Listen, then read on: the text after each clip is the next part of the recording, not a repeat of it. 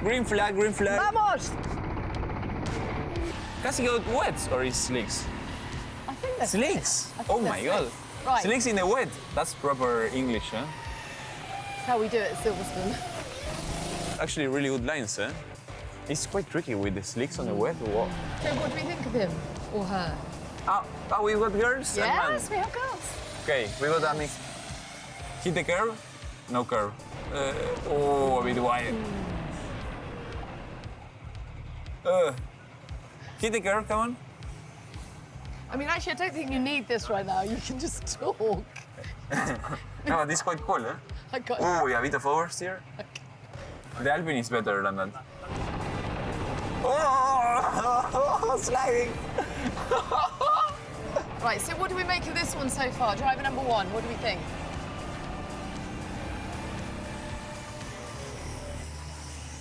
Nah, he's not a pro.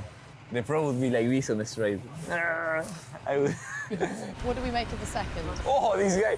He tucked in, eh? Oh, You see, he did what the coach said. He's got some nice boots. Yeah? The boots are they given by the track? No, no? Yeah. They are personal. Yeah, yeah, well, that could be a giveaway, couldn't it? Oh. Police! Police, police! Oh, the body! He's gonna follow the cart. Using his He's using all the physical track. ballast. He's using the outside of the track. Okay. It's very slippery in the rubber. So Good, good, I like him. potentially the pro. Look! Okay, vamos! Oh, He has extra time. it was a bit of peacocking then, wasn't it? Yeah, A yeah. little bit of showboating. No, he's probably racing in go-kart. Yeah, okay. They got pressure, right? They got cameras on them. Yeah, he's got you commentating. Poor them, yeah. Whoa. What do you think? What do you think? What do you think? He's really, he carried a lot of speed there. This one is good, and the next one, I think the two previous ones were not. So 1 and 2, we're saying no. We don't think. No. But 3 and 4 potentially. But number 2 was good. Okay. I think he's young. Okay, so this is your number 3 here This is now. number 3. Yeah. And it's not bad. Number 3 and 4, I trust. More than my 43, actually. I'm so 43 for Paul. We are, I'm gonna go to take him some fuel out, put him the pressures properly.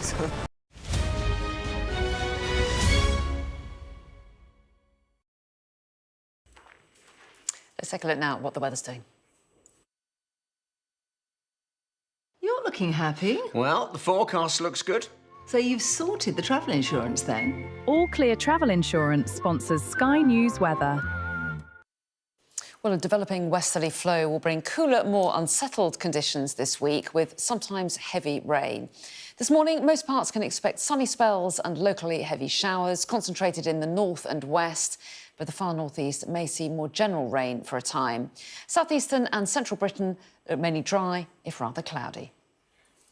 All Clear Travel Insurance proudly sponsors Sky News Weather.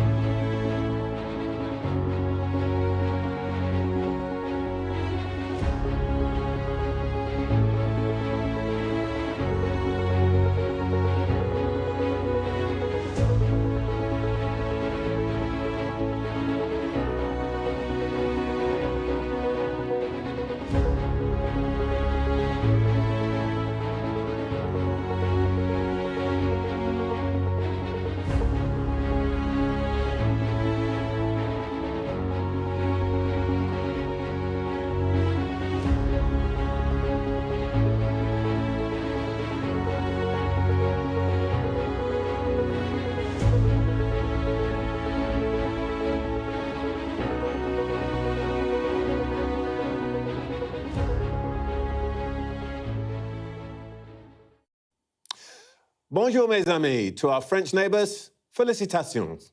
To the Arsenal, commiserations. Never mind, you've got the league to celebrate today. I don't know if the country's leading gooner, the Prime Minister, is going to be out on the Holloway Road, but he's got his own contest coming up. And past players from the Blair era aren't really helping. Alan Milburn's excoriating report on the million young people not in education, employment or training posed a challenge to the government. So far, we haven't heard much of an answer. Tony Blair, whatever happened to him?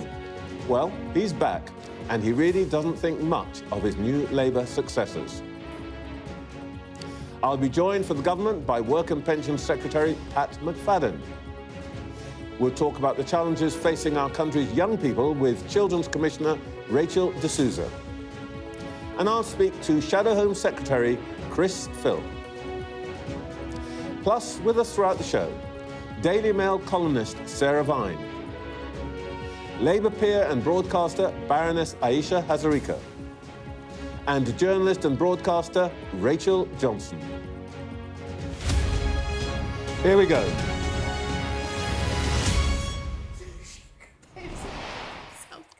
Welcome to Sunday Morning with Trevor Phillips. Back in 2015, I sat down to interview Tony Blair. Both of us had been out of politics for years. The albatross of Iraq still hung around his neck. So I said to him, you and I may be the two of the only dozen people in the world who don't flinch when people call us Blairites. The eyes glittered. They narrowed. He said, you think there are a dozen? That many? What do you think? Time for a comeback? It's sometimes difficult to be sure when Blair is joking. But this week, it's become clear that he's not mucking around. His capacity to tell a story and capture attention remains pretty much unrivaled in our politics. Last Tuesday, and again this morning, he's called on his old party to put policy before politics, to decide where it wants to go before it picks a guide. One of his closest lieutenants, the former Health Secretary Alan Milburn, also hogged the headlines with his report on young people not in education, employment and training, so-called NEETs. So, is New Labour back in business? Well, I don't think so. Number 10 tells us that there is no leadership contest taking place, and formally that's true. Yet, Blair's 5,500-word essay has provoked the three main contenders for that non-contest that everyone knows is happening to put pen to paper. Mostly all saying varieties of, Tony, you're a great man, you won 3 elections, but you don't know what you're on about anymore, so get back in your box. Even the leader of the opposition, Kemi Badenoch, felt it necessary to pen more than 1,000 words, mostly, rather mischievously, saying that Blair agreed with her on pretty much everything. Well, I don't think any of that's going to bother him much. The fact is that he's already achieved what he set out to do. First, everyone's talking about him. Second, they're debating the agenda he set out. And above all, they're starting to argue about the choices that leaders should make rather than who performs best in TV studios or who has the longest eyelashes. For that, we should all be grateful. Let's start with the government this morning. A little earlier, I spoke to the Work and Pensions Secretary. Pat McFadden, this morning, Wes Streeting has called on the government to rethink the rise in national insurance on employers because he says it's making employers reluctant to hire. He's right, isn't he? Well, I'm sure we'll get a lot of suggestions in the debates that are going on over the next few weeks. On national insurance, I read his interview and he thinks there should be a tax break, I think, for younger workers. There already is one, of course.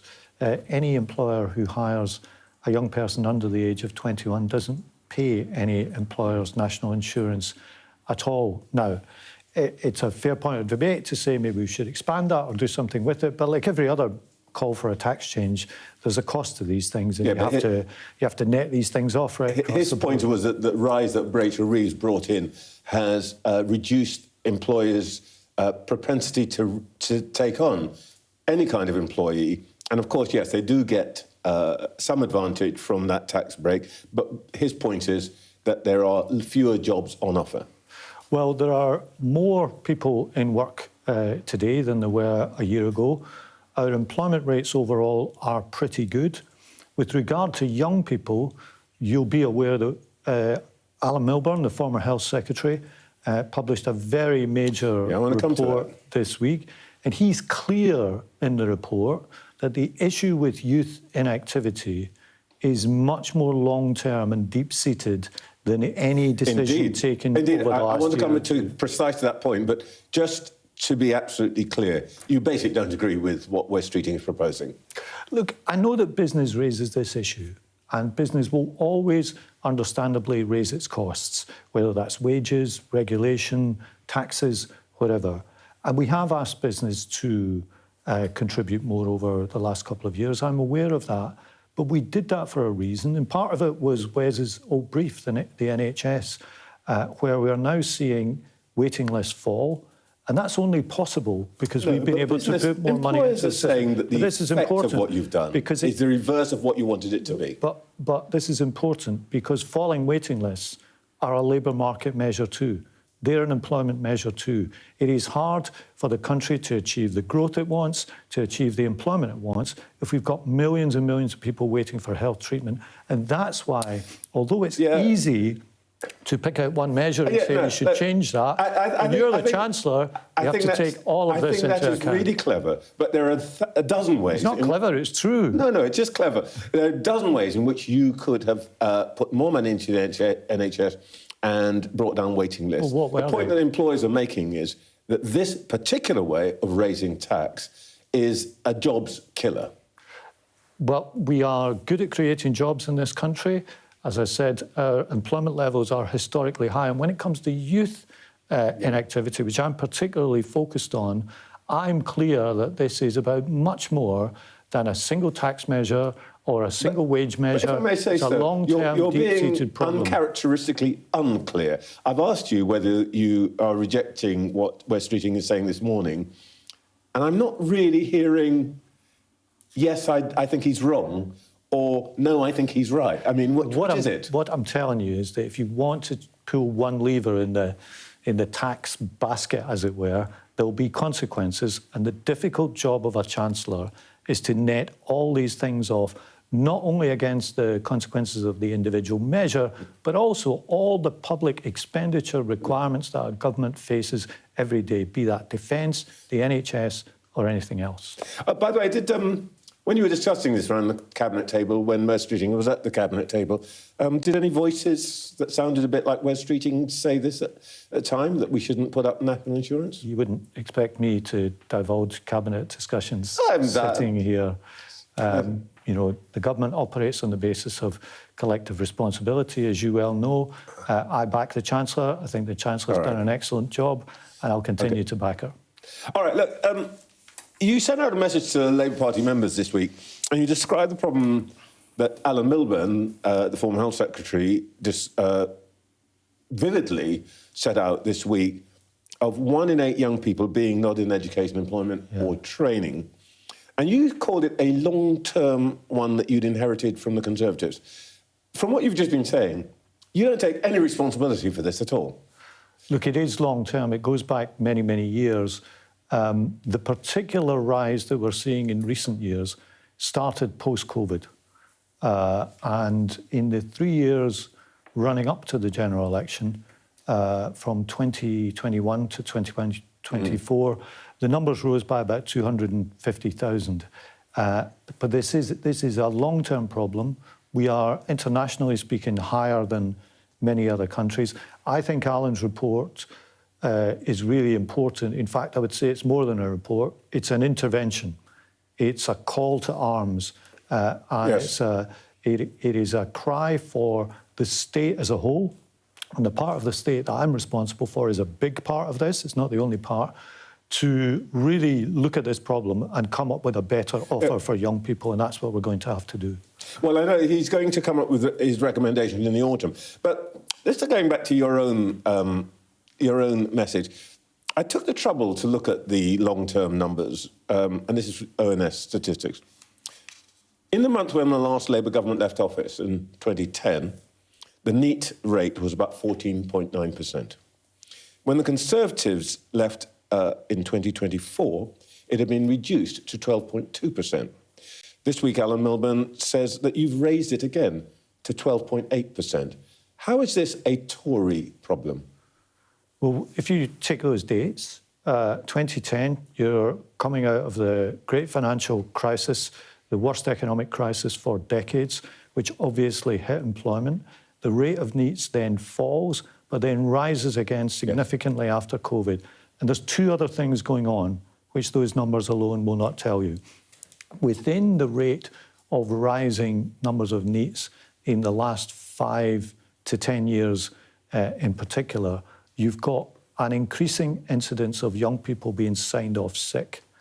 I want to come to that, but I just want to get clear. You keep saying it's a long-term problem, yes, it is a long-term and your colleagues keep saying it's the Conservatives. Actually, the higher rates were at the end of Labour administrations. The big increase in recent years came after COVID.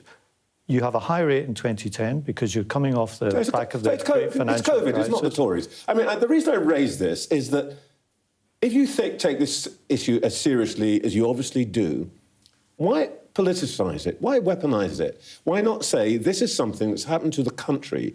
It hasn't been done by the Tories, because the minute you start saying that, then you can't really discuss proper solutions, can you? Well, we are discussing proper solutions, and one of the things that strikes me is that big increase between 2021 and 2024 wasn't met by an energetic response. We didn't have the things that we are introducing, such as hiring incentive for employers, which will come in next month, actually, where an employer will be able to receive a hiring bonus of £3,000 if they take on a young person who's been unemployed for 6 months or more. On the apprenticeship side of things, we in fact saw a 40% decline in youth apprenticeship starts because of the way the money was being used. That will start to change from the autumn when we get into the new academic year. And on long-term youth unemployment, we are now putting in place a subsidised job scheme of 6 months paid work, 25 hours a week, at minimum wage rates. So what is needed in response to this long-term problem is a response across the board to try to get young people into work and training. You're telling me all the things you've done. I'm a bit baffled by why you need another report and another set of recommendations. But let me just ask you about something very specific. One way to get young people to take up these jobs is pay them better. When are you going to legislate to give young people the same living wage as people over 18? You promised to do it. We do believe people should be properly rewarded. You know the way this works. In any given year, the rate for the national minimum wage is set by the Low Pay Commission. They have to take into account all the factors in the economy, including employment and labour market. Say that a job done by a 19-year-old, the same job done by a 23-year-old, but they get different rates of pay. That can't be right. Well, we could, but that's not how the minimum wage system works. You said you would. That was in your manifesto. Yes, it was.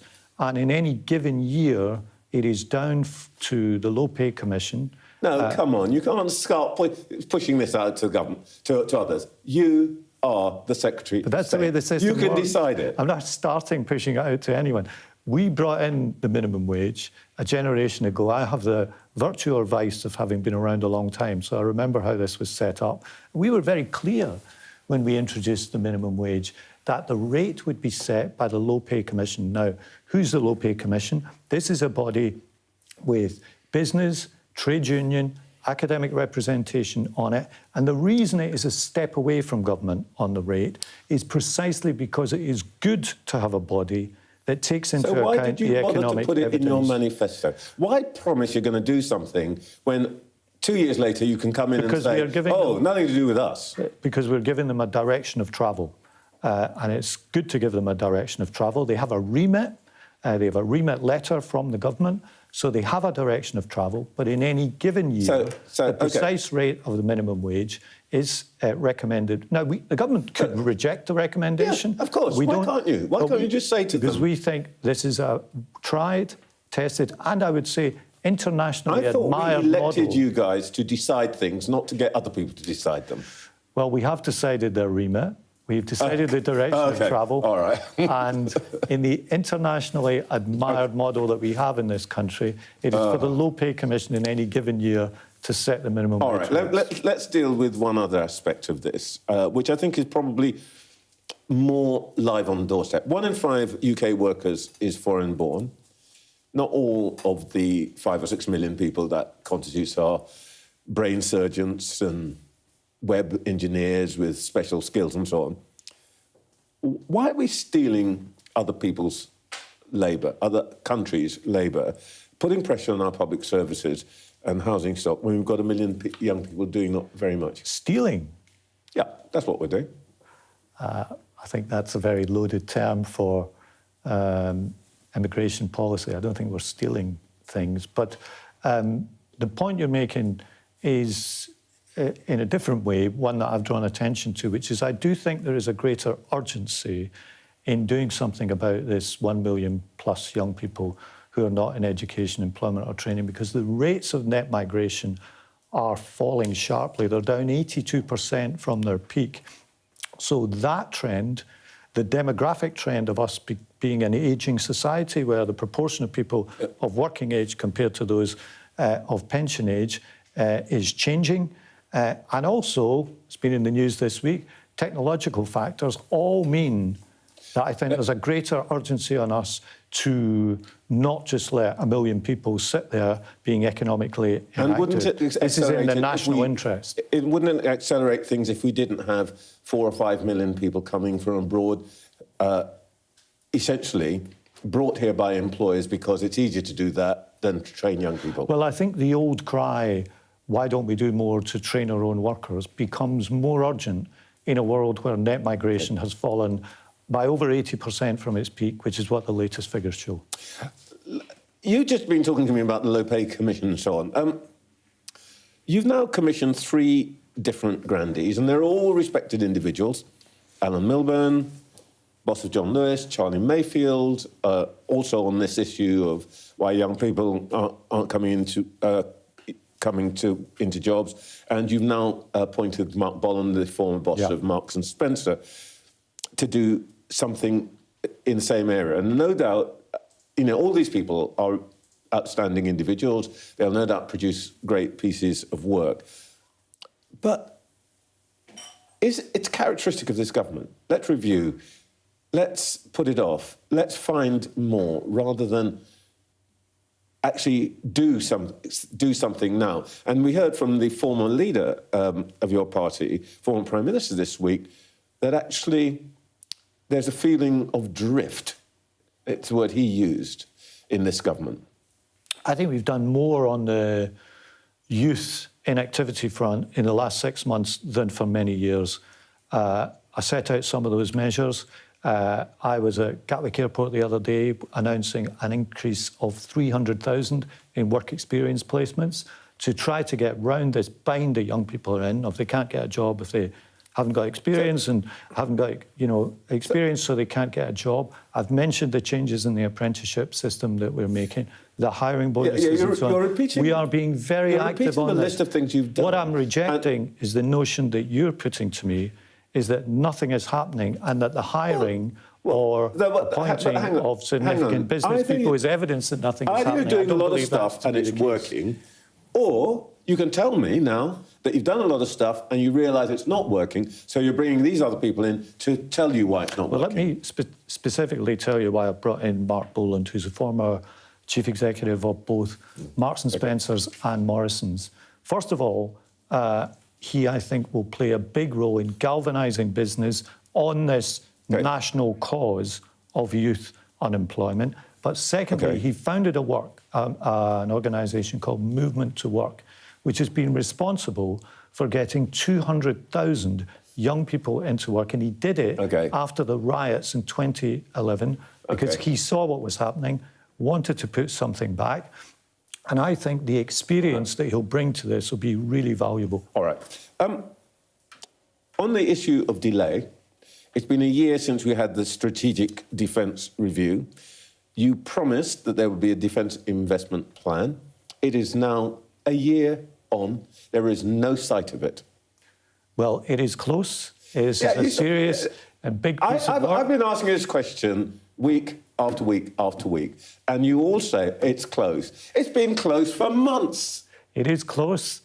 And what does close mean? A week? Close means month? that we take this seriously because it's been many years since we had a proper defence investment plan. We've had plenty of announcements that weren't funded, but that's what left the defence capability in the condition it was in when we came into office, where it had been hollowed out. And the defence out. companies are saying the fact that you're delaying is actually exacerbating that because you can't give them certainty, they can't get set up. It's going to be years and years before they can do new boat or new planes or new weapons. We commission material and equipment all the time. We're spending £11 billion more on defence this year than we were in the year before we took office.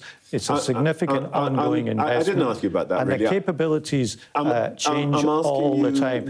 So again, it is not the case that nothing is happening before this. When will we see the defence investment plan? Pretty soon, when it's ready and fully costed. Is pretty soon weeks? Is it months? I think it will be more like weeks than months, but we want to get this right and do it properly because that old saying about government's first duty to protect the people is true, and therefore this has to be done properly. You know that we are actually, to some extent, I mean, you and I are joshing about it, but for people in the armed forces, for the defence providers and so on, this is an incredibly serious business. It is a serious business. And you have been putting this off for months and months and months. We haven't been putting it off. We've been getting it right, and there's a difference. And the point I want to make to you is that it's not like there's nothing happening at the moment. We sign contracts for equipment and material all the time. Every day, workers go to work in Barrow, making the next generation of nuclear submarines, and it's the same with other contracts and equipment that are needed for the defence of the country. Just a couple of very quick questions. As it were, in politics and Mr Blair's intervention this week, one of your newer ministers, said that Tony Blair really didn't get government and he didn't understand how gritty it was. Is it right for someone who's been an MP for less than 2 years to be instructing someone who was Prime Minister and won 3 elections on how government works? Well, everyone will have their opinion on the essay contest that has been launched by the former Prime Minister. I think I'm talking you probably know my view. It seems a little rude to me, really. Well, I hope people are never rude in politics. Look, a serious answer to your question is, and I think everybody who's written these various essays has said this, is that when someone's won 3 elections and has a long record in government, whether you agree with every point they make or not, they deserve to be listened to. And if he's done one service in the last week, Tony Blair, it is to put the question with what programme at the heart of all the political debate that's going on in the Labour Party. And I think that's a good service. All right, last question. This is a genuine one for you. I'm not trying to trick you or anything. The other one's not genuine. I'm not, because I'm puzzled about this. There's a contest, a shadow contest going on. The Labour Party's not going to have a female leader. It's bizarre. This is not something that you could say of any other social democratic party. Indeed, most of the sort of centre-right parties in Europe, the Tories have had 4. Genuinely, what is it about the Labour Party that makes it, as far as I can see, incapable of having a serious female contender for leadership? Well, I think it's a good and serious point. As you'd expect me to say, there is no contest. There may be people positioning and saying they want one. We have a leader who's in post, who's less than 2 years into a 5-year mandate. I can't predict the future, but if there is a contest, then why should it just be the people who've... I'm asking a different question, not really about this one, but just generally, do you have a view about what's wrong with the Labour Party? Oh, well, the Labour Party is not perfect like any other organisation, but there are wonderful women politicians in the Labour Party, many of whom are capable of leadership. And if we ever are in the position of a contest, why wouldn't they put themselves forward? Pat McFadden, thank you very much for your time this morning. Thank you. Well, let's see what our panel made of all that. We're joined all morning by the Daily Mail columnist, Sarah Vine, the Labour peer and broadcaster Baroness Aisha Hazarika, and the journalist and broadcaster Rachel Johnson. I want to come back to that last point. later in the show, because I'm genuinely curious about it. I don't understand it. But let's talk about the events of this week. And this morning, Wes Streeting has made a policy intervention in the leadership race that isn't happening, in calling for the national insurance rise brought in by Rachel Reeves 18 months or so ago to be reversed, if in stages, perhaps. Is this essentially part of the leadership argument, Aisha? I think it definitely is. And I think what's really interesting about what's happened over the last couple of weeks since the very, very bruising results for Labour in the local elections, I think the kind of essay crisis that we've seen in the Labour Party this week, Tony Blair's essay and then this flurry of essays from other people, whatever you think about that Tony Blair essay, what I think it has done is shine a light on the fact that there was not a lot of debate about policy, about direction of travel in the Labour Party. Many people I've spoken to, whether they're ministers, whether they're backbenchers, whether they're chairs of select committees, have felt that sort of debates and ideas have been quite stifled for a long time. So Tony Blair's intervention, and there's lots of people that are kind of cross about it, and there's lots of people who, you know, have got lots of issues about it. What it has done is open up this space to have some of these big fundamental discussions about direction of travel, whether the basics are right in terms of policy, looking at some of the bigger structural problems in society. There's things I agree with and there's things I disagree with it. I think that we have, for a long time, been sort of not really allowed to have these debates or discussions. And I think it's really interesting seeing Wes Streeting come forward this morning, not just with a big idea on this, but actually taking a different line from the government on oil and gas drilling as well in the North Sea. And that's a view. There are mixed views on that. You have Ed Miliband and others with a very strong view on one side. You have union leaders like Gary Smith from the GMB, Sharon Graham from Unite saying we should be doing more drilling in the North Sea. So I think what we are seeing is space opening to have some of these big debates. And I think that is important. Rachel, Blair's intervention, broadly speaking, as Aisha's been saying, a good thing for politics, or just another old duffer who can't surrender the limelight? Centrist grandad. Yeah, don't accuse me of anything. No, it's a compliment. I agreed with a lot of it, and then I realised, of course, I agreed with a lot of it because it was essentially Kemi Badenoch's, could be her manifesto going into the next general election. And I thought Kemi, everyone wrote an essay. It's like run a bean glut. We've had a glut, an early summer glut of these essays. Kemi Badenoch kind of tried to take it apart, but actually it was a Tory agenda. I don't think Kemi really disagreed with it at all. She says in her little response, there is only one party that can do the things that Tony Blair wants, and it is my party. And they have committed. What I think is interesting about this week and Wes's intervention this morning is that I think we're seeing the beginnings of Labour ditching its manifesto, the 3 pledges not to raise those main levers of tax, because everything they've done in office has sort of backfired, stifled growth, stifled debate, as Aisha has said. They've had to tinker around the edges, annoy every single member of the country, rather than just say, let's put a penny on national insurance for employees. Do you see what I mean? And just deal with it like that. Instead, they've kind of tinkered around the edges, annoyed everybody, created a cratering popularity rate for both the government and for its leader, which is why we are where we are now. What do you think, Sarah? Well, I think it's about principles, isn't it? I think it's about political principles and where you are. And it's clear that Wes is positioning himself centre, I'd say, to the right of the sort of this current iteration of the Labour Party. The national insurance rise has been blamed for, people not hiring, whether they're NEETs, whether they're normal-aged employers. Employers don't like it, and actually, it means that they don't give people proper jobs. They just hire them on short-term contracts. There's all sorts of other problems that come from that. And I think that Tony Blair's intervention is interesting. I mean, he is a political thinker. And so I think that's, if that's what you do, if you think about, he obviously thinks about politics day and night, doesn't he? And he's written his essay and he's given his views. And I think that's perfectly good and acceptable. But I think that the main problem with this particular government is that they just didn't think it out before they got in. I mean, there's no denying that things are difficult for this government, but I think it is important in the interest of balance to say that there have been some interesting markers. You have got NHS waiting lists coming down. There were better than expected growth figures. But you're right, the underlying conditions are difficult. But I think we also have to be honest.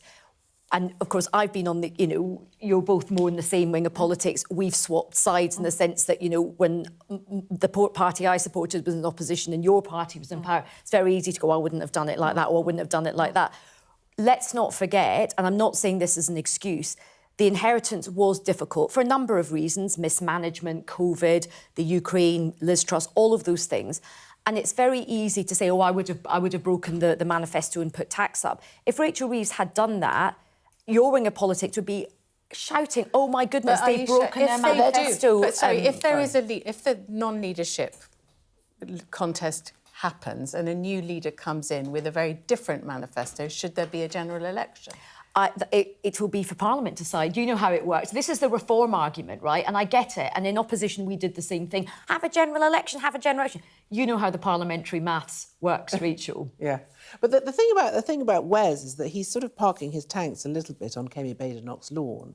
And I think he realises that the country thinks that this particular government has been far too left in its policies and too anti-business and anti-individual, all this kind of stuff. And he sees an opportunity here to sort of present himself as a middle-of-the-road option, for people who are not comfortable with voting Conservative, not comfortable with the right of politics, but so that, in a funny way, that is Blairism, and that's what Blairism was. Blairism was basically, but it was basically centre-right-ish politics for people who didn't really want to vote Tory. Well, you say that at the time, when Tony Blair came in and they introduced things like the national minimum wage, let's not kid ourselves. The right and lots of the business community were saying the country's going to go to hell in a handcar. There's going to be millions of jobs lost. This is the most socialist revolution thing.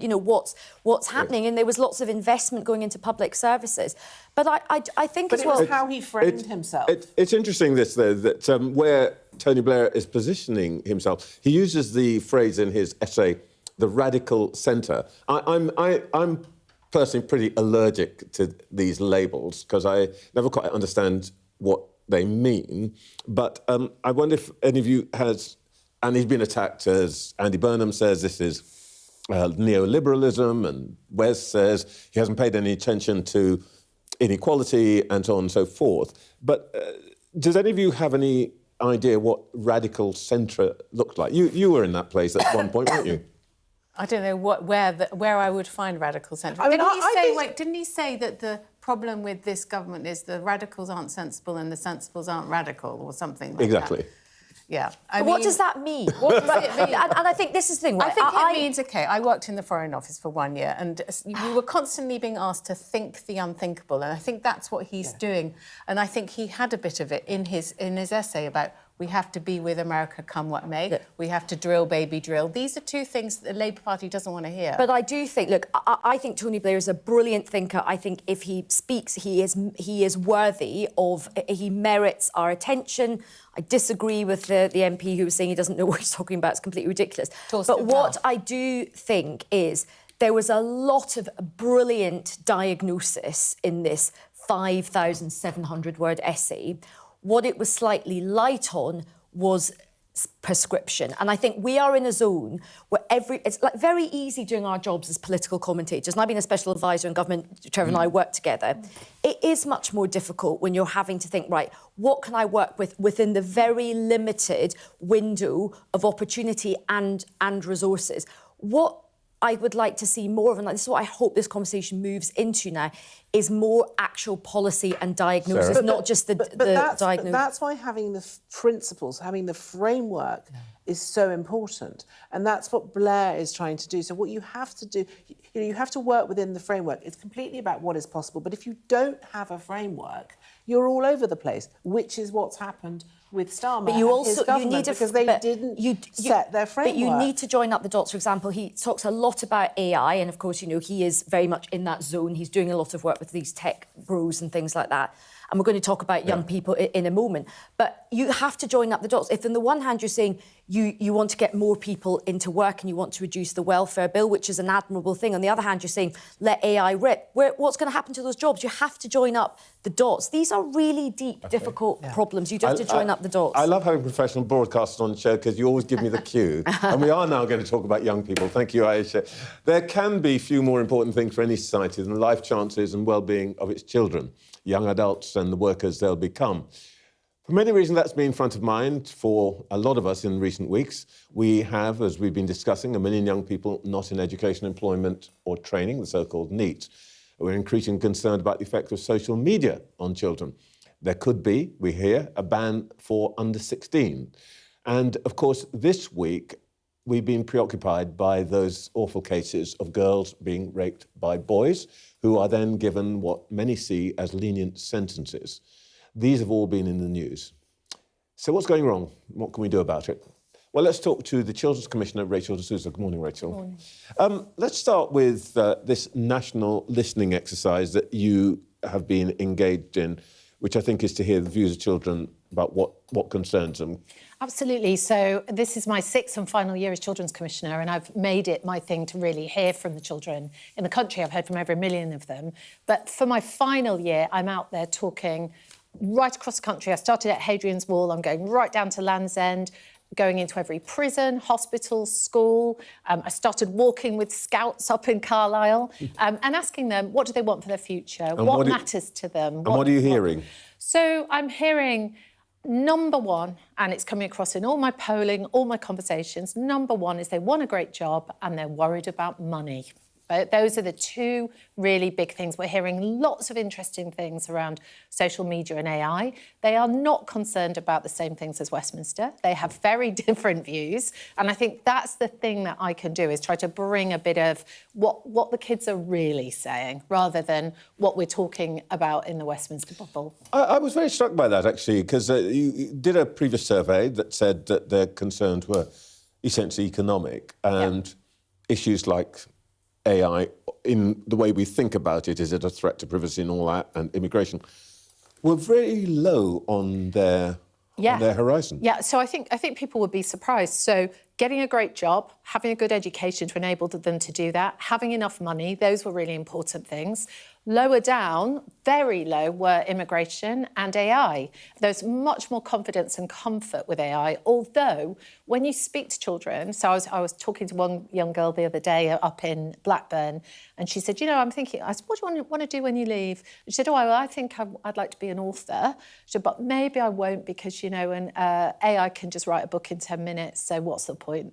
Which was sad. And I'm seeing quite a lot of joy taken out of young people's lives because of some of the online world stuff. You hear a lot of, particularly older teenagers, comparing themselves constantly, feeling if they don't have the looks, they're not going to get on. This insidious creep of some of the online world. But on the other hand, they see some really positive stuff as well. I've got one young girl I talked to who got cancer at the age of 11, had a prosthetic leg, and has built an entire new life and network on Instagram with her mother seeing every single page, and she's now modelling for Vogue. So they don't want us to ban it. They want us to help them use it better.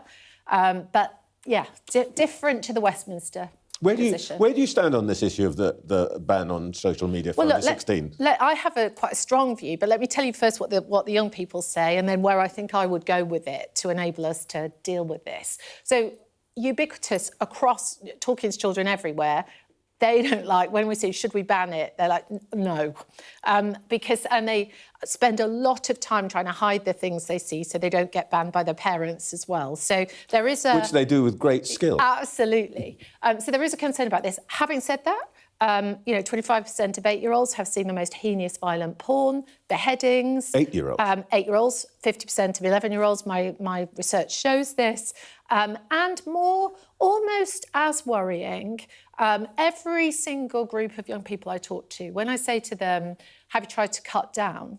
All of them say yes. And when I say who's been successful, maybe 1 or 2 of them have been successful. And they are crying out for our help. So one of the things Why I'm slightly nervous about us thinking that a social media ban on 16s will solve the world's problems is partly because I've looked at Australia, but also our boys often aren't on social media. They're often spending 3 or 4 hours a day gaming, and those games often have features that allow a 55-year-old in Arizona to come in and speak to a 9-year-old. It's much more complex. I would get that list of features, the algorithms, the features that allow adults to come in and speak to children on games, look right across all social media platforms. And I would say you cannot have access to our under 18s if you have not sorted these features out. So when I talk to the young people, it's much more, let's ban them rather than ban you, because the adults want to keep you safe. So you wouldn't be going in the direction that we keep hearing the government is heading, which is to a total ban for under 16s? So I would be going further than that, but I wouldn't be calling it a ban of children. I'd be calling it a ban and restriction on services that are not suitable for under 18s. I talk to X all the time. I call in all the global leaders of these companies and I say to them, you do not deserve to have our children on there. Unless you take all this hardcore porn off, I would have you off. But I wouldn't talk about banning children because they've done nothing wrong. They're watching us as adults. So you put the responsibility on the platforms rather than I on ban them. children? Yeah. And look, please be under no illusion. We can do all the bans we like, but you cannot outsource parenting. You cannot outsource your child's safety to the government or to these companies. I've just done the screen time advice for the government for 0 to 5, so I'm about to do 5 to 16s. The numbers of parents who are basically telling me, I give my 2-year-old the iPad for an hour and a half a night because it helps them sleep and I'm busy. What's that going to mean? That's going to mean iPad equals mother equals love. We have to, as the adults, sort ourselves out as well. Let's return to the point that's at the top of their agenda, which is jobs and so on. First of all, what did you make of Alan Milburn's report this week? I thought there was some really good stuff in it. I think it's really important. It's timely. The best thing about it was the recognition that it's going to be all public services that need to get their act together to support young people into work, as well as employers. I thought it perhaps ducked the responsibility a bit of what government needs to do. They need to, I am sick to the back teeth of 4 prime ministers doing tiny little things rather than saying, right, we've got the whole public service here, we've got employers, let's really do something big for children and families. Both of those really need support. I'm not going to list them, but the Secretary of State for Welfare and Pensions spent best part of 20 minutes telling me all the wonderful things that they have done. Projects. But it needs to be, we can do it, be so much bolder and do so much more. And I mean, look, let's not forget, this is the lockdown generation.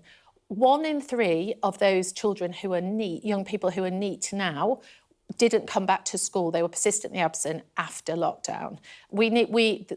They're going to need special support. And yet, when I ask head teachers, I've surveyed every head teacher in this country and asked them the top concerns for children, only 2% talk about careers or work. So there is something serious here about recognising that we need to get work experience, we need to think about career paths, Just one we need quick to get thing employers on that. involved in vocational Alan education. talked a bit about the absence of Saturday jobs. I mean, and all people of my age, kind of look back mistily on, what we did in the sweet shops and all. What's the difference now? So I think those jobs just are not there. You and I would have just rocked up. I rocked up to Scunthorpe Market and got my £10 a day job selling dresses. That was just normal. It's just not there. So they're not getting those early experiences. But they could. And again, if we got schools and employers working together and actually started thinking about really decent bits of vocational education, careers education, and it's not either or.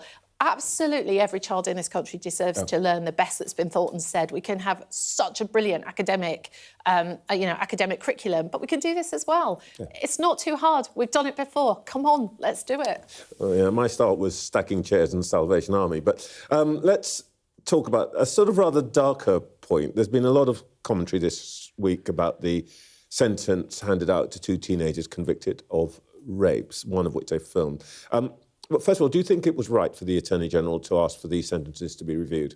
Yeah, look, not having read the details of the case, except what's been in the media, I have spoken to one of the girls in a family. There were some really worrying things about that case, the filming on social media, the use of a knife, that would make me think a high tariff would be expected. So I do think it should have been referred, and I've offered support to both the families. And look, first of all, you know, what trauma? Little girls experiencing this. No little girl should experience that and not think that everyone's going to support and there's going to be consequences for their actions. I do think that probably, I mean, I was trying to get into the mind of you know, the judge and just thinking about it. And, you know, I visit youth prison. I talk to every boy in youth prison. It's mainly boys. There are about 450 boys in prison now, far fewer. It's come down so much. And, you know, our youth prisons are a stain on our nation, frankly. They are violent. Feltham, just up the road, is the Chief Inspector's just said it's the most violent prison of the entire prison estate, adults as well. Let me tell you, I mean, one little boy, I go in whenever I want because I've got powers of entry. I met one little boy the other day, 16. He's tall, 6'1", black boy, lots of, you know, massive racial overrepresentation in there. And I said to him, what do you want me to tell the Prime Minister? He obviously has special educational needs. He was colouring in, you're on the verge of something fantastic. And I said, what do you want me to tell the Prime Minister? He said, oh, could you tell him I'm starving? Because I get into fights because I'm big. They make me fight and then I get locked in my cell all day, and last time I get to eat is 4 o'clock, so I'm starving. So we sorted that out. And it is happening in Feltham? That's not Feltham, that was further in another YOI. But those YOIs are like adult prisons, they're Dickensian. We could, yes, there is you know, you've done something terrible and you need to be removed, you know, from society, fine, that's a decision. But we've got to think about, if you murdered someone, you're still going to be out, you know, at 25, at 30. What are we doing to rehabilitate them? What are we doing to make sure that they're going to be able to be citizens, proper citizens, to put things right? And we're spending so much money on these horrendous institutions. So even though there are good people working in them, we could be doing secure children's homes. We should be getting proper support in. I'm doing education reforms at the moment. When I ask every single one of those boys, when were you last happy at school? The answer is always 11, 12, 10. And then when I say to them, you're out at 25, 26, you've killed someone, you've raped someone, what's the plan? The answer is always education. The one thing that is totally awful in the secure estate, in the main, there might be, you know, the odd teacher or the whatever, is education. So one of the things I'm absolutely committed to do this year, and Jake Richards has asked me to do, is sort that out. Francis D'Souza, Children's Commissioner, we should talk about that more on another occasion, but thank you so much for your time this morning. Thank you. Let's go back now to Sarah, Aisha and Rachel. We'll come back to, if you like, the rather sobering point that Rachel's just been making about the prison estate. But what do you make, Sarah, of this sentencing decision this week? Well, I do think it's very difficult because obviously we're talking about very young children here, but I think that the idea that you can do what those boys did to 2 girls and not receive a custodial sentence is just fundamentally wrong. And I think most people think that. You know, what they did, I think they were sort of, I mean, there were 6 counts of rape for one of the boys, I think, and they filmed it. They humiliated them. They put it on social media. I mean, those girls are going to spend the rest of their lives trying to deal with this trauma. And you know, the message it sends is that girls' lives don't really matter. And you know, we see this an awful lot. And I think that, I mean, I wrote a piece about this time last week, actually, last Sunday, saying that I think, you know, Rachel touched on this. A lot of this is to do with, I'm afraid it's to do with the internet and the effect that it's having on young people. She said herself, 25% of 8-year-olds have seen hardcore porn. Well, where do you learn to do the things that those boys did to those little girls. You learn it by watching hardcore porn because, you know, this notion that porn is in any way liberating for women is total nonsense. Most of the porn that is on the internet is misogynistic, humiliation, violence. It's all about sort of male dominance over women. And that's exactly what these boys carried out. They were mirroring clearly what they've seen online. And I think that, sorry, I will stop at the time, but I know that Rachel doesn't really support a ban on access to online material, but I think it's very important that we do both of those things. We know it needs to come from the providers, but it also needs to come from government and legislation and from parents, and there needs to be a massive joint effort to protect our children from this stuff because we're seeing it played out. What did you... one of the things that struck me very forcibly about this, Aisha, is this rather repulsive notion that it was content creation, the filming of it. This is new. The whole thing was absolutely sickening. And I agree with everything that Sarah has said. But I think we cannot escape this relatively new phenomenon of social media. And I think we're going to look back on this era and we are going to lament the absolute unfettered access that our young boys and young girls have had to this disgusting, poisonous stuff. And I think we have got an entire generation who are completely psychologically scarred when it comes to what is sex, what is relationships, what's healthy relationships. And we talk a lot about boys being affected by this. Young girls are getting affected because lots of young girls look at this and they think this is how you have to behave. It's normal for a boy to want to hit you or to strangle you or to humiliate you. You have to be the pornification of sort of young boys and young girls. And this case is sickening on so many levels, but to me it also does still speak to broader currents of misogyny and sexism in the whole of society. Obviously, we talked about social media, but I also think the judiciary and the criminal justice system, it's gone to the Court of Appeal now, so we have to be careful about what we say. But there are other cases as well. There was a famous case in America where a star swimmer, Brock Turner, was sexually assaulted somebody, and the judge, it reminded me of this. It was very much, I don't want to ruin your life, young man. I don't want to ruin. You've got your whole life ahead of you. I don't want to ruin you. What about those young girls? And what about their parents? And what about those girls? As Sarah said, will live with this.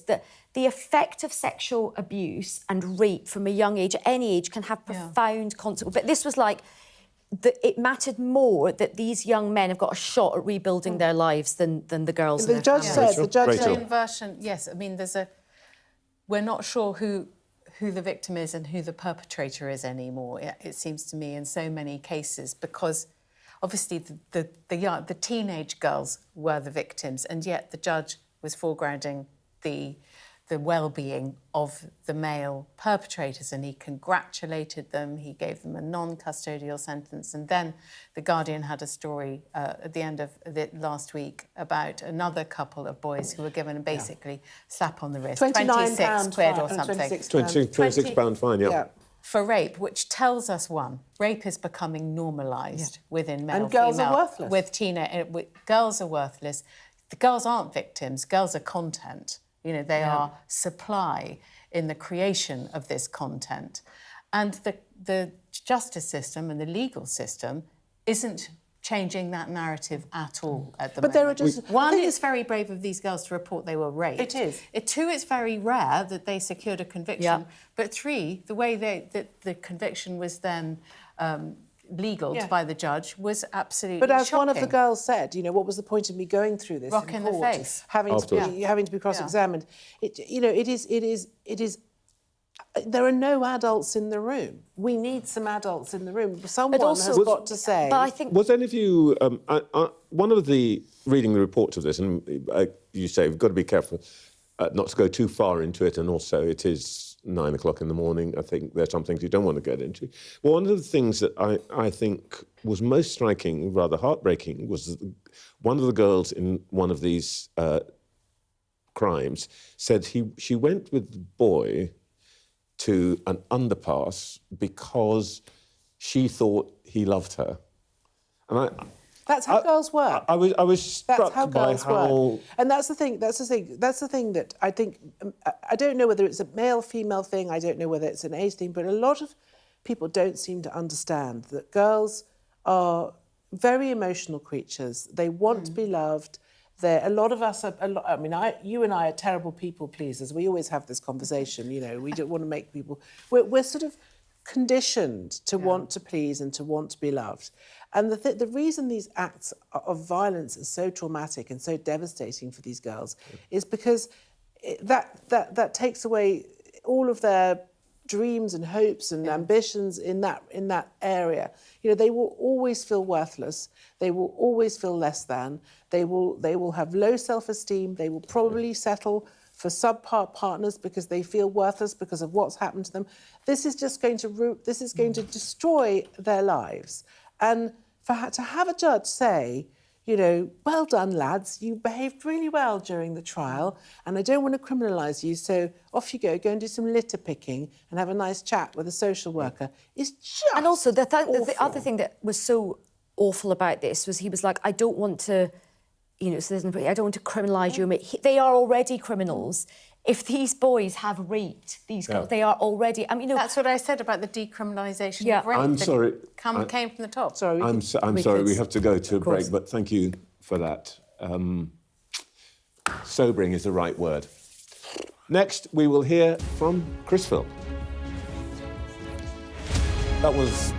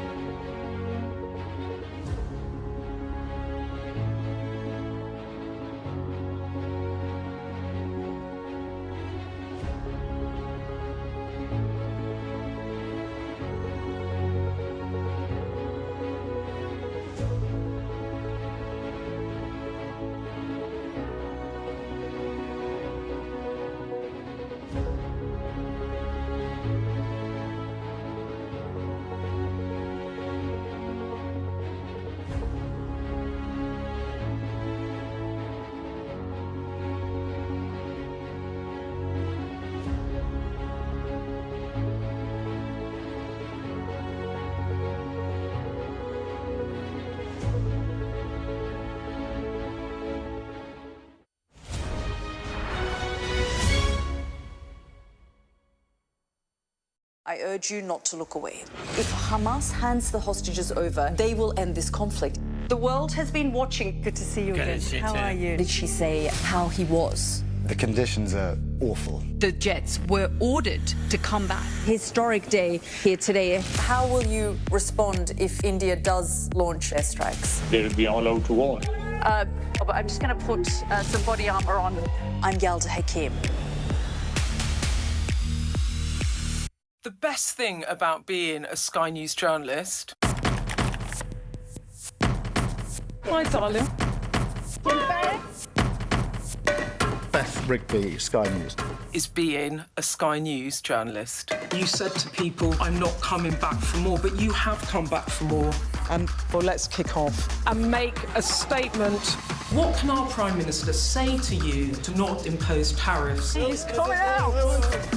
What more do you need? We're trying to see as much as we can. We're in an area that's just been reclaimed. Mr. Zuma, Sky News. People are directly protesting. The whole neighbourhood is rallied around her. It's been impenetrable to journalists over the last 2 years of war in Sudan. I've been waiting for this for 2 years. It doesn't feel like a big homecoming. It was never going to be pretty. War isn't pretty. What's the best thing about being a Sky News presenter? Perfect. Let's bring you some breaking news. Being a Sky News presenter. I began by asking... Thank you so much. ...trusting us to tell her story. The battle for number 10. Sky News has been given exclusive access. Let me give you a sneak peek. It was the day those present would never forget. Why did you decide to open up and tell your story? Well, let's get a view from the Conservatives now. I spoke to Shadow Home Secretary Chris Philp a little earlier. Chris Philp, Alan Milburn's report doesn't point the finger at, as it were, the 14 years of Conservative government, but you would have to accept that your party didn't do as much as it could have done to deal with this. Well, unemployment, including youth unemployment, dropped dramatically during the last government's 14 years. When they came in, I think unemployment was 8%. It dropped all the way down to 4%. But what we are seeing under this current Labour government is an unemployment crisis. It's gone up since the election, but there is particularly a crisis for young people. In London, for example, a quarter of young people, 25%, are out of education, employment and training, completely out of economic activity. 1 in 4 young Londoners. That is a disgrace. It's got a few different causes. One of them is the enormous tax increases that the Labour government has imposed on business, making hiring harder. The extra employment regulation makes hiring much harder. The fact they're making the benefit system much more generous, easier for people to get signed off sick with, like, anxiety or depression, which frankly should not be happening at all. And, of course, mass low-skill immigration, which, in my view, has to end completely. Well, let's come to that in a moment, but as the Secretary for Work and Pensions has pointed out to me this morning, under the last Conservative government, last 4 years or thereabouts, the number of NEETs went up by 200 to 250,000. Yes, obviously COVID was in that period. Taking the last government's term of office as a whole, you didn't do very much about it. And you weren't very energetic in dealing with this. Well, I don't accept that. The number of NEETs across the 14 years as a whole went down very dramatically. The period you refer to includes COVID. But look, looking at today, the numbers are dramatically rising because businesses are being taxed so hard by this Labour government, who lied during the election. They said they weren't going to put taxes up. They have put taxes up. They've put regulations up. And the consequence is that employers are not hiring people, and they're particularly not hiring young people. And that's why we have this, one of several reasons why we have this unemployment crisis, particularly amongst young people. Do you accept that if we had fewer foreigners, and you've implied this already, filling jobs, more of our young people would be at work? Yes, I think that's true. We have, for many, many years, decades in fact, imported very large numbers of often quite low-skilled people from Eastern Europe initially and from outside of Europe more recently. And I think that's been a terrible mistake by successive governments. Most of it happened under Boris. No, it happened, well, some of it did, but it's been going on for decades, to be honest, Trevor, as we both know. There was a huge rise. I think, I haven't got them to hand, but I think the numbers are that there were something like 10 or 11,000 new jobs created during that period, which were filled by young people from this country, but something like 250,000 young people under 25 came from abroad, from non-EU countries. That's right, yeah, I think you're broadly right. And that was completely wrong. And that's been happening for decades, and it's got to stop. Mass third-world immigration to do low-skilled jobs has to stop. It's bad for society, it's bad for the economy, because they're not paying very much by way of taxes. It's also completely wrong that we have 9 million people of working age here, including many, many young people, about 1 million young people, not in the workforce, when we're importing people from overseas. So we've got to completely stop, in my view, completely stop mass low-skilled immigration. How are you going to do that? And, well, by not handing out visas. That is one thing the government can control, because the government decides who to give a visa to come into the country to work, and we should simply completely stop and what are the issuing employers going to say about that? Visas. At the same time as we do that, we need to really make the welfare system a lot tougher and, of course, improve training to get some of those 9 million adults, including 1 million youngsters, off benefits and into work. Let's talk about the politics as they are at the moment. I want to show you the polling for parties in the upcoming Makerfield by-election. Before 2024, you used to come second with between 20 and 30% of the vote. Now, there are 3 parties that could describe themselves as being of the right or centre-right. And you're the official opposition. You're the least popular of the 3, Reform, Restore, Conservative. I mean, look. Oh, right, they're the Tories, right over there down at the bottom. What the heck happened? Well, look, I think we all know that, by-elections are very strange things. You've got this weird dynamic where Andy Burnham... This is super strange. Hang on. Well, you've got this weird dynamic where Andy Burnham is running as a Labour candidate to basically kick out Keir Starmer. So this by-election is obviously extremely idiosyncratic. Yeah, but it's extremely the people who are sticking unusual. with the right aren't coming to you. They're going to Reform. They're going to Restore, which is a party almost nobody's even heard of. And they're polling better than you are.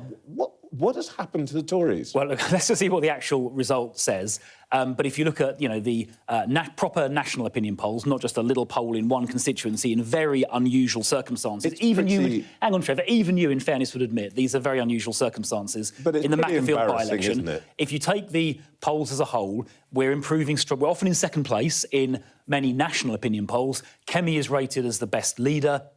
And you can see that we're the only party holding the failing Labour government to account and producing all kinds of U-turns from the government. This is exactly a point I wanted to go on to. You're right. I think I prefer this chart here. Yeah. Your leader is the least unpopular of the party leaders. Isn't it a bit worrying that your party is dragging its leader down? The Conservative Party is an albatross around the neck of Kemi Badenoch. Look, we had 14 years in government, as you like to remind me from time to time. And, we suffered a very bad election defeat a couple of years ago. And there were some good reasons why that happened. And it takes time to rebuild trust. We've now got new leadership, a new leader, Kemi Badenoch, who is, as you say, the most popular of the party leaders. We've got a new team. I was never Home Secretary before. But the problem is, we are rebuilding. She's not going to fight every one of 650 constituencies. The Conservative Party is toxic. Wouldn't you be better off jettisoning it and joining another party that's more popular? No, definitely not. Look, Kemi's doing a good job as leader, as even you have very graciously acknowledged. We are rebuilding. We've got a lead on the economy. We're most trusted on the economy, which is a key issue because Labour are obviously shredding the economy, destroying jobs with their terrible socialist policies. Energy costs are going up because we're not drilling in the North Sea, amongst other reasons. We have the only party with credible policies to address issues like immigration. Yes, Reform have slogans, and they can shout in an angry way, but they don't have credible policies. And over time, Trevor, I am confident the public will see that, and they're already seeing it with Kemi. The story of the week has been the intervention of former Prime Minister Tony Blair, and everybody's joined in the essay contest. Your leader has written, 1,200 words in response to Blair. And I was struck by one thing that she said in it. She referred to the frightening surge in anti-Semitism, the many thousands of people marching over foreign wars or uniting the kingdom, the endless spate of shoplifting. These show a degradation in our culture that needs fixing. Now, shoplifting, yes. Anti-Semitism, yes. But do you put in with that people demonstrating about the Middle East or decide because they think that we need to unite the kingdom? So demonstrators are in some way put on a par with shoplifters? Well, I think some of those marches have seen calls for jihad and intifada being very widely made. And look, of course, we all respect the right... Let me finish the point. We all respect the right to peaceful protest. Obviously we do. But calling for violence and jihad and intifada are calls for violence. Yeah, but in most of these demonstrations, that's not happening. Well, and she's putting, the best part of 500,000 people between all these demonstrations in with people who are committing crimes. Is that the face of the modern Conservative Party? That protest is somehow becoming a criminal activity? Well, it's not criminal unless people call for violence. And the calls, and you sort of brushed it off just then and said, oh, these calls for jihad and intifada were only a few people, don't worry about it. I actually don't share that view. When you have literally thousands and possibly tens of thousands of people, not everyone, I accept that, but many people calling for jihad and intifada. I mean, one of the phrases they kept using was from London to Gaza, it's time for intifada. London, calling for intifada in London. That's a call for violent insurrection. And I think that is unacceptable. The police should not be tolerating it. We as a society should not be tolerating it. Okay. Yes, of course, people can protest. They have strong views on the Middle East for very understandable reasons, but calling for violence is not acceptable. Chris Phillips, thank you for your time this morning. Thank you. And here's a full list of candidates for the Makerfield by-election.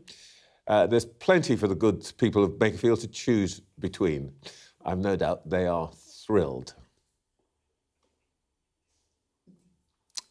In just a moment, we'll hear once again from our panel.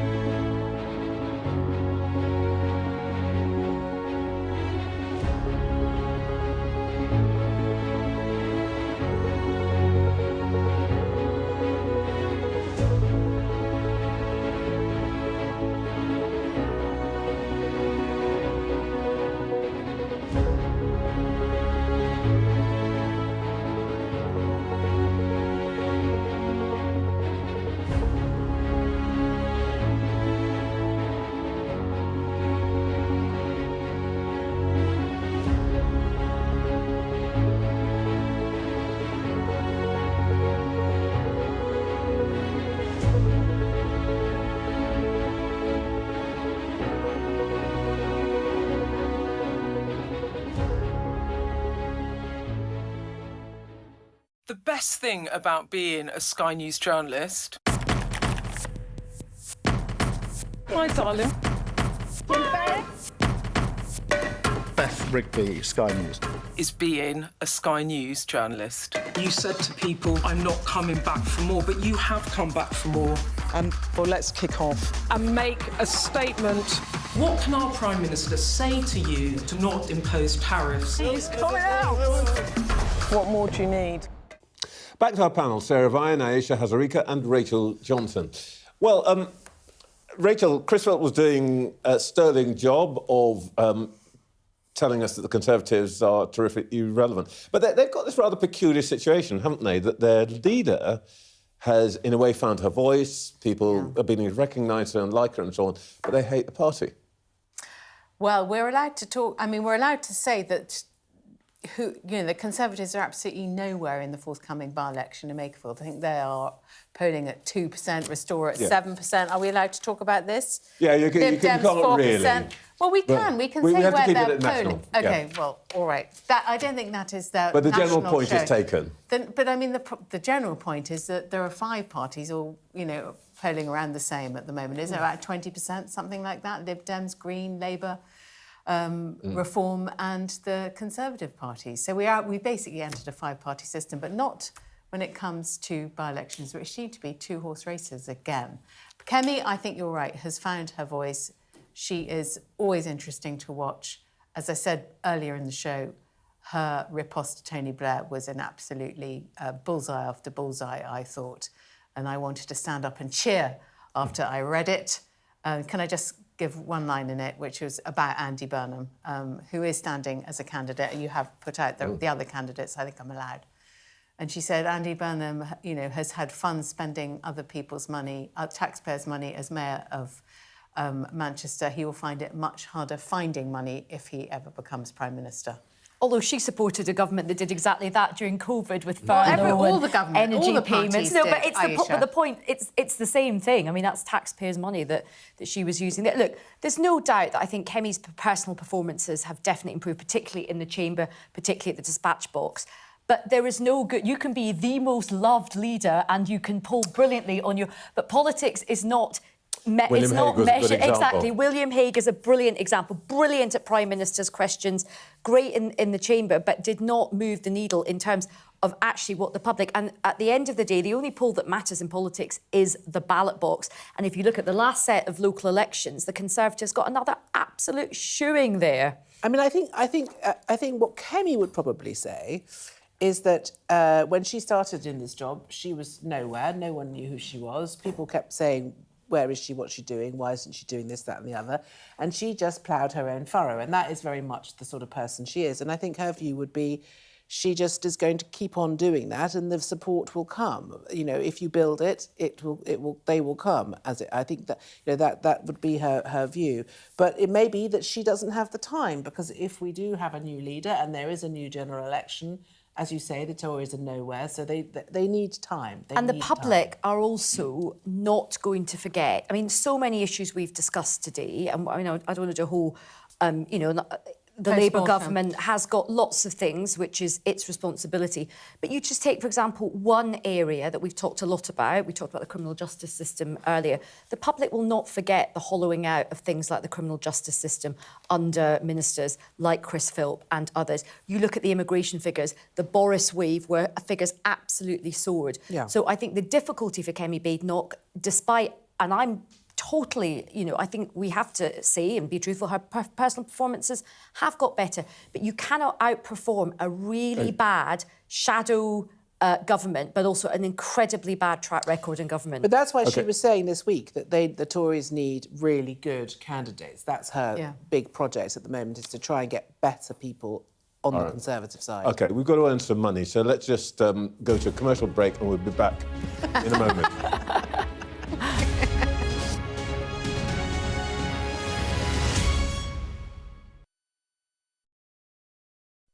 Sky News has been given exclusive data showing every Palestinian who has been killed in Gaza since the war began. Our analysis of this pattern in the killings suggests that entire families were wiped out in their homes or shelters. The data and forensics team is a multi-skilled unit dedicated to providing transparent journalism from Sky News. We located footage of the aid drop to a tent camp in central Gaza.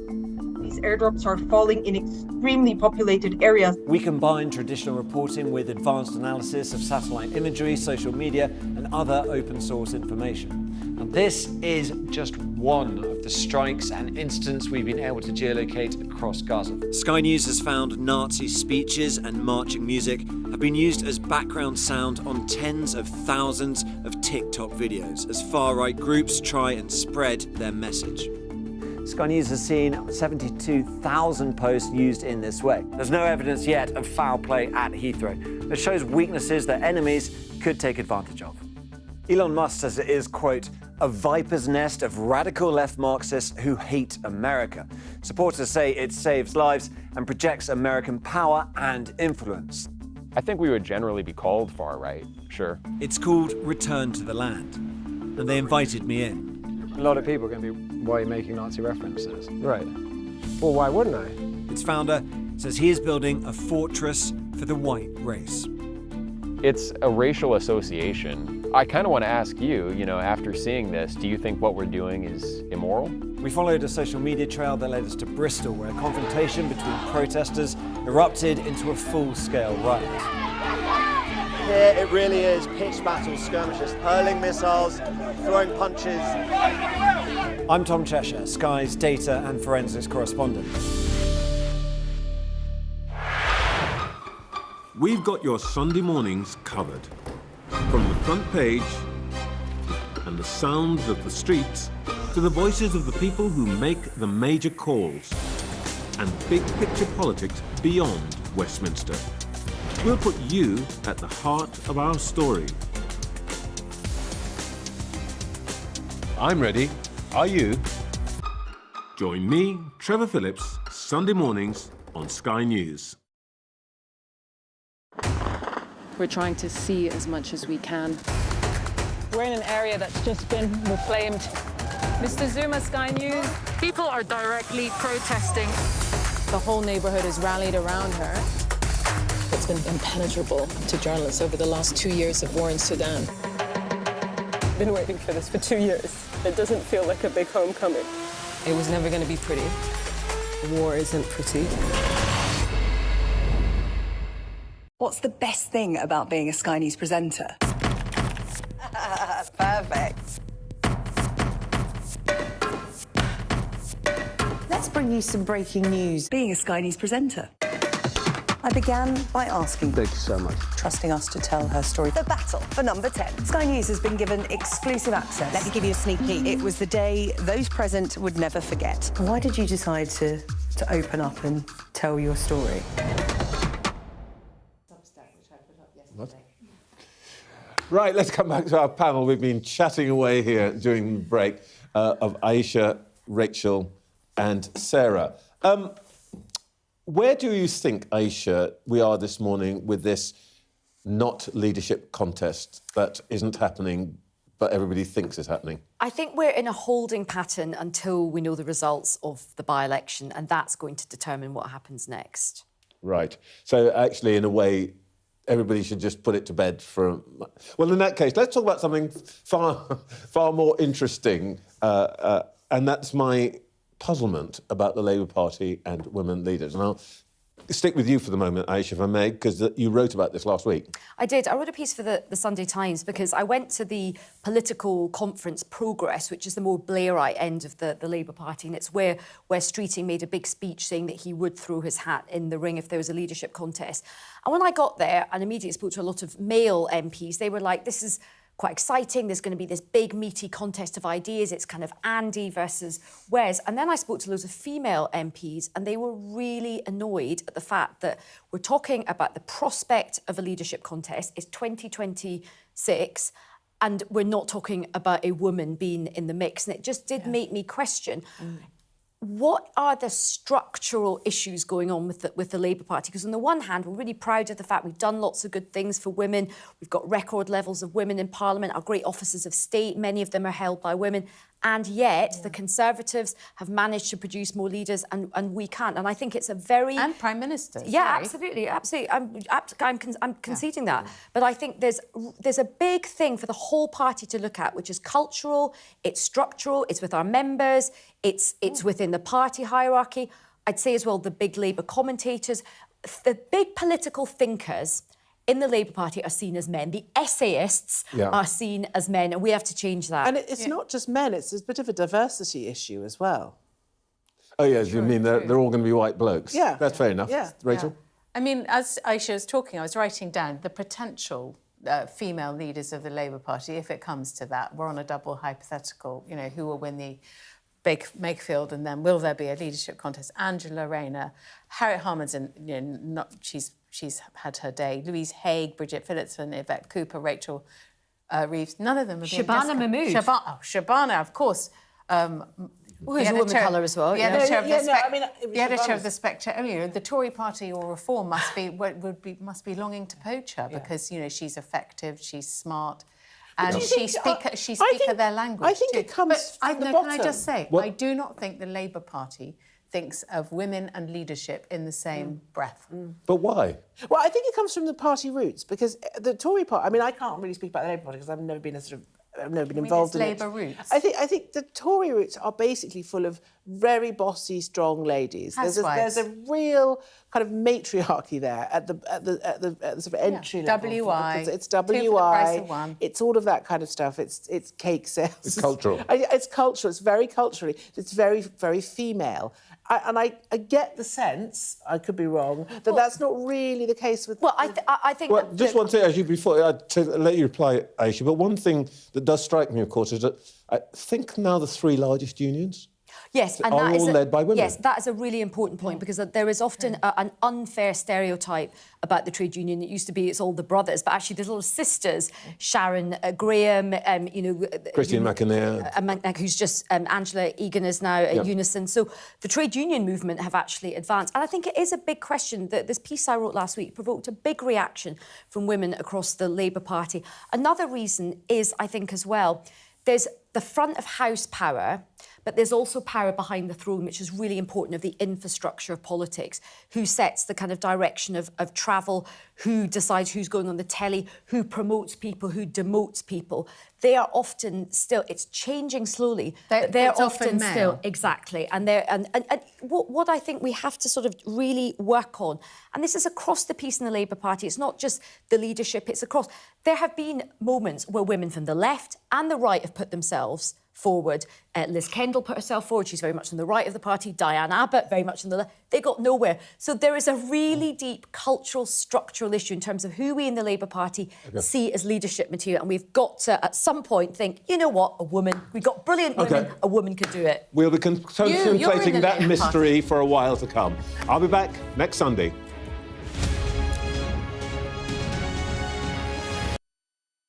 I urge you not to look away. If Hamas hands the hostages over, they will end this conflict. The world has been watching. Good to see you again. How are you? Did she say how he was? The conditions are awful. The jets were ordered to come back. Historic day here today. How will you respond if India does launch airstrikes? They'll be all out to war. I'm just going to put some body armor on. I'm Yalda Hakim. The best thing about being a Sky News journalist... Hi, darling. Beth Rigby, Sky News. ...is being a Sky News journalist. You said to people, I'm not coming back for more, but you have come back for more. Well, let's kick off and make a statement. What can our Prime Minister say to you to not impose tariffs? He's coming out! What more do you need?